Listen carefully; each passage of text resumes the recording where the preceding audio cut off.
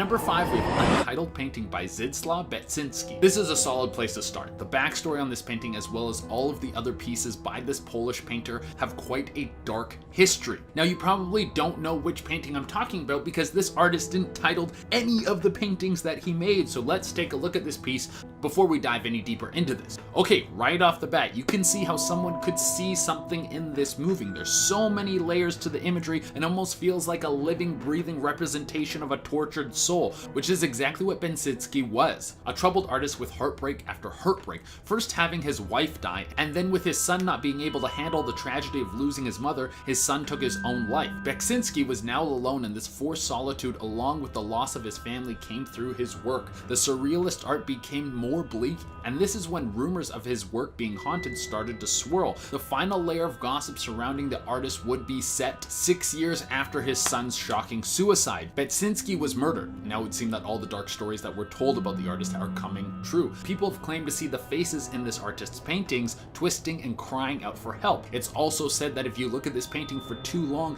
then your death will come swiftly. I don't know what the timer is on it. We've all been looking at this painting for a little bit of time now. I'm not sure it's been long enough. And just if you're worried at home, know that I've been looking at it longer than you have. So keep your eyes on the obituaries, and if you see my name, then you might be next on the list. Sorry. At number 4, we have The Hands Resist Him. This painting was completed in 1974, but it wasn't until the year 2000 when it really blew up. The original message of the painting was actually something quite cute.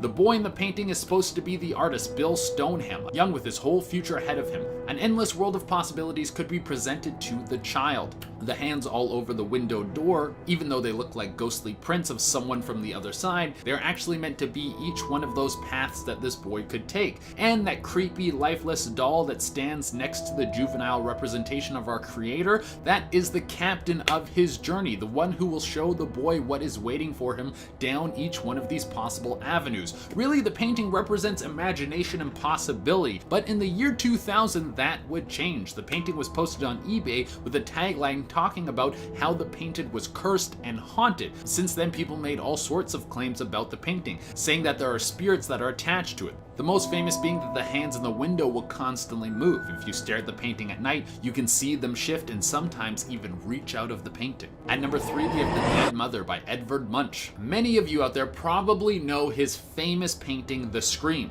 That is probably the most famous piece by Munch, and most of his artwork is in that same vein of dark and unsettling. And if you're a fan of haunted art, then you will probably know him for a completely different reason. The painting of the dead mother is supposed to be a representation of what he saw when his mother laid in her bed dead. She died from tuberculosis. That must have been a dark image to carry with you for so long, and I hope I never have to experience something like that outside of looking at his art. Now, it's not the poor mother that lays in the bed lifeless that should grab your attention, but the little girl staring back at you. People claim that as you walk around the room, the girl's eyes will move and follow you no matter where you stand. If this is true, why does the girl stare at you? What is she looking for? Is she waiting for you to leave so she can be alone with her mother? Or is she looking back at you for help? Maybe she has nowhere to go and she needs someone to take care of her now. To increase the morose tone of this painting, many people believe that the girl is covering her ears because she can no longer bear to hear the rattle of her dying mother's breathing. And the dark tales to go along with this piece don't stop there. The spirit of the dead woman is said to be attached to the painting. If you stand in the same room of the painting completely silent, then you should be able to hear the rustling of her sheets and even her rattled breathing. If you're there for long enough, you'll most likely leave like the poor girl staring back at you, trapped in the painting, covering your ears in terror. And number 2, we have the Crying Boy painting. This is a very famous painting, not so much for the detail or the skill or the look of the painting,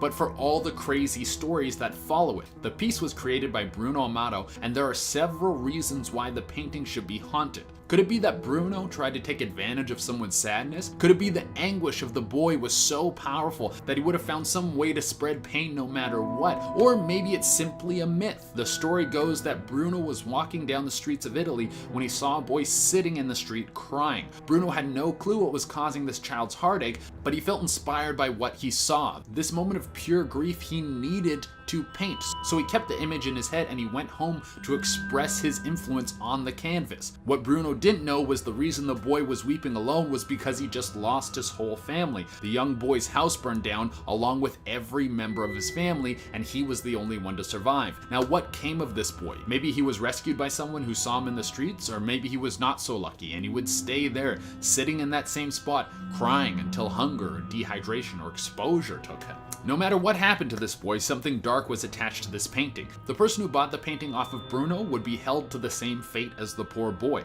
Their house would burn down. But something very haunting about this is that the painting would be the only thing left after there was only the charred remains of the house. This would happen again and again and again. It's said that if you even buy a knockoff of this painting, it will cause your home to burn down. If you're an irresponsible enough person and you want to put this cursed painting in your home, then you will know that a fire is about to come when you look into the painting and it seems as if tears are streaming down the boy's face. You'll see it and you'll think it's an illusion. You'll think your eyes are playing a trick on you. But I'll tell you that when you see this, it's a warning that either you or the painting need to get out of your house now. Probably you're gonna take out the painting because I think you want to keep your home. I mean, that's the logical. I don't know, live your life. I'm not gonna tell you what to do. And for the number one spot, we have Man Proposes, God Disposes, Edwin Henry Landseer. There are many mysteries throughout history, and outside of getting a time machine and revisiting these places on our own to see exactly what happened, we will most likely never solve any of these mysteries. One of these great mysteries is Sir John Franklin's expedition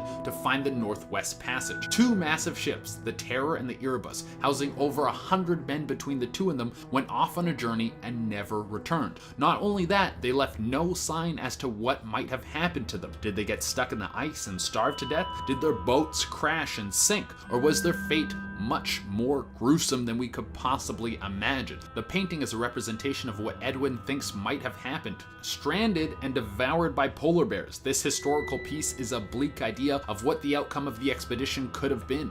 And this expression of lack of hope seemed to have worked its way into the psyche of one student. It was 1973 and the Royal Holloway University of London was having exams. This painting was hung in the exam hall. One student began to look distressed. No one was very shocked by this because you're in the middle of an exam. It's normal to look distressed. Well, after the exam was finished, the student returned to their dorm and then took their own life. A note was found behind the painting that read, "The polar bears made me do it." Now, this stands as a rumor and people are unsure if this is actually true, but now during exams, a sheet is put over the painting so no one can look at it. Some say if you stare at the painting, you can see flesh drip from the polar bear's mouth and even feel the warm breath from the Arctic beast. Coming in at number 2, we have The Anguished Man by Unknown.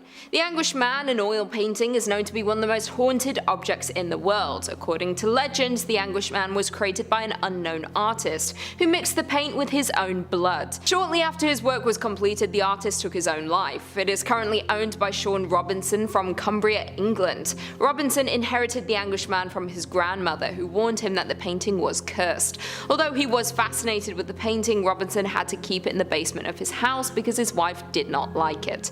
A few years later, his house was flooded and he was forced to move the painting into one of the bedrooms to avoid damage. Since then, Robinson and his family began experiencing strange activities around the house, such as seeing a shadowy figure of a man and hearing sounds of whispering and crying.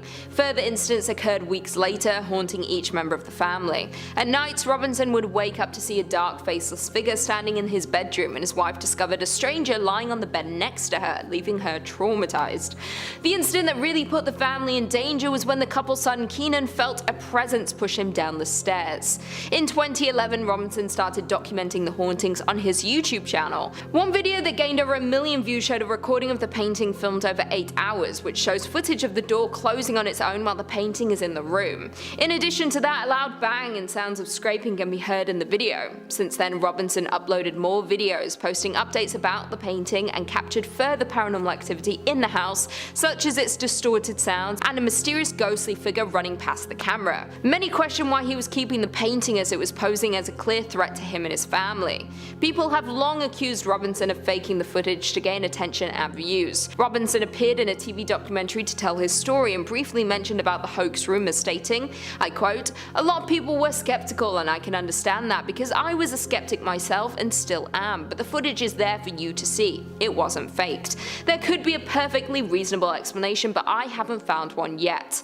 To this day, Robinson refuses to destroy the painting and keeps it in his basement to avoid any more harm to his family. He is currently planning on bringing his story to the big screen, as La Brea Pictures have acquired the rights to make a film about the Anguish Man. If he ever decided to part with the painting and sell it, this is one painting you should not consider buying. The clear hauntings are a warning to stay far away from the paintings at all time. Who knows who it might hurt next. At number 5, we have The Portrait of Samantha King by Richard King. A ghostly backstory is what every good haunted painting needs. Sometimes this will come way of Reddit. Someone will find a picture and then write some story about it or something. Or sometimes it'll be someone online claiming that a painting is haunting their dreams for no reason at all, but the best ones are connected to death in some way. Now, this painting was done by Richard King, and most people think that the painting is of his daughter Samantha, which is actually not true. It's actually a replica of the famous painting titled Love Letters. But here's why people think that the painting is of his daughter. It's because it feeds into this amazing ghost story. The painting now hangs in the Driscoll Hotel in Austin, Texas.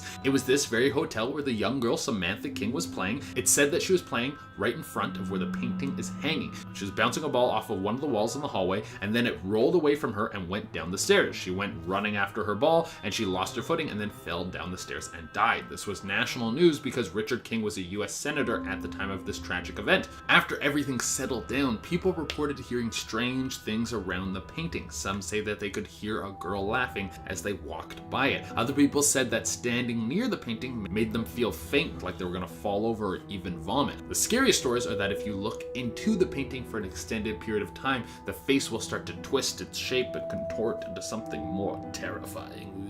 Ooh. Now, I have no idea if any of these stories are true, and the fact that the painting isn't actually of the young girl kind of takes away from it, but it seems that people have almost willed this ghost into existence.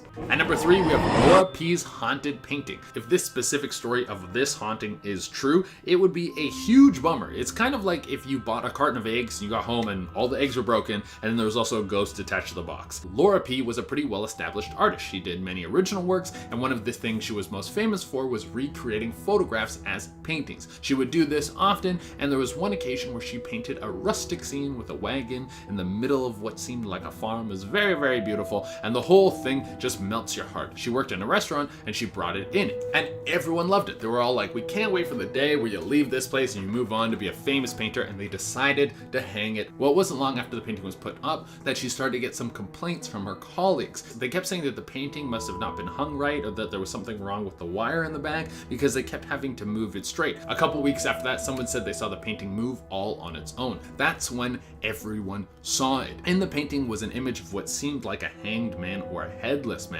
Laura then took the painting home because all the people she worked with were now a little freaked out, and she didn't just want to throw the whole thing in the garbage, but that's when things started to get really strange. Laura said that in her home, her and her husband started to feel sudden cold spots. A few times she swears that the painting moved all on its own, and the headless ghost in the painting would disappear. You see, this is the point in the horror movie where you throw the thing out or you leave it at a relative's house or something, and if it mysteriously ends up back in your house, then you're probably not going to make it to the end of the movie. That's just how it works. But Laura pushed through these supernatural happenings, and that is when she saw it, the ghost of the headless man walking through her home. And I'm really speeding through this story because we only have so much time. There was a ton of other things that happened, like a knock on her bedroom door, and there were things that were nailed to the wall that came flying off the wall, slamming on the ground. After all this wrapped up, Laura said that she still has never believed in ghosts, still doesn't believe in ghosts to this day, but if she could go back in time, she would have never painted the painting.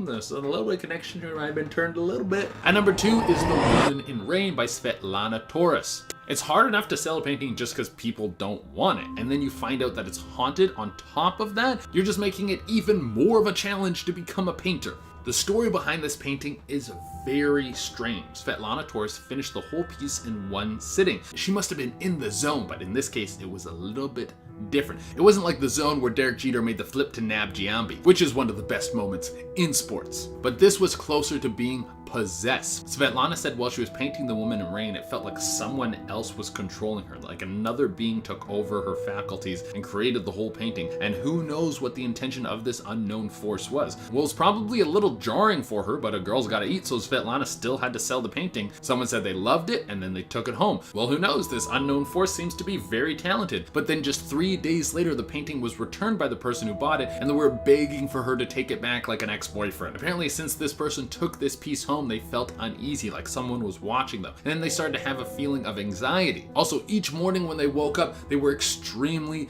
depressed. So Svetlana just chalked this up as something weird. Then she just sold it to the next person who returned it with the same story. And then this happened for a third time. Finally, it was bought and put up by a salon owner who owns a salon in Kiev. People who come into the salon say the woman stares at them as they walk in, and many people come back saying that they've been thinking about the woman ever since they left. And for the #1 spot, we have Pogo the Clown by John Wayne Gacy. John Wayne Gacy is one of the most notorious serial killers in all of American history. He would brutally torture young men and boys before he killed them. Even with Gacy's handwritten map, it took the police weeks to recover all the bodies he had buried in the crawl space under his house. When the police investigated his home, they walked into the basement and they all nearly vomited from the smell of rotting bodies that were buried down there. There was even more bodies found in a river next to his home. In total, there was 33 victims attached to John Wayne Gacy. One of the creepiest things about this psycho is that he would dress up as a party clown. He would go to kids' parties dressed as a clown to be the entertainment. This is disturbing on several levels. It seems like in his downtime, he decided that he wanted to take a shot at making some art.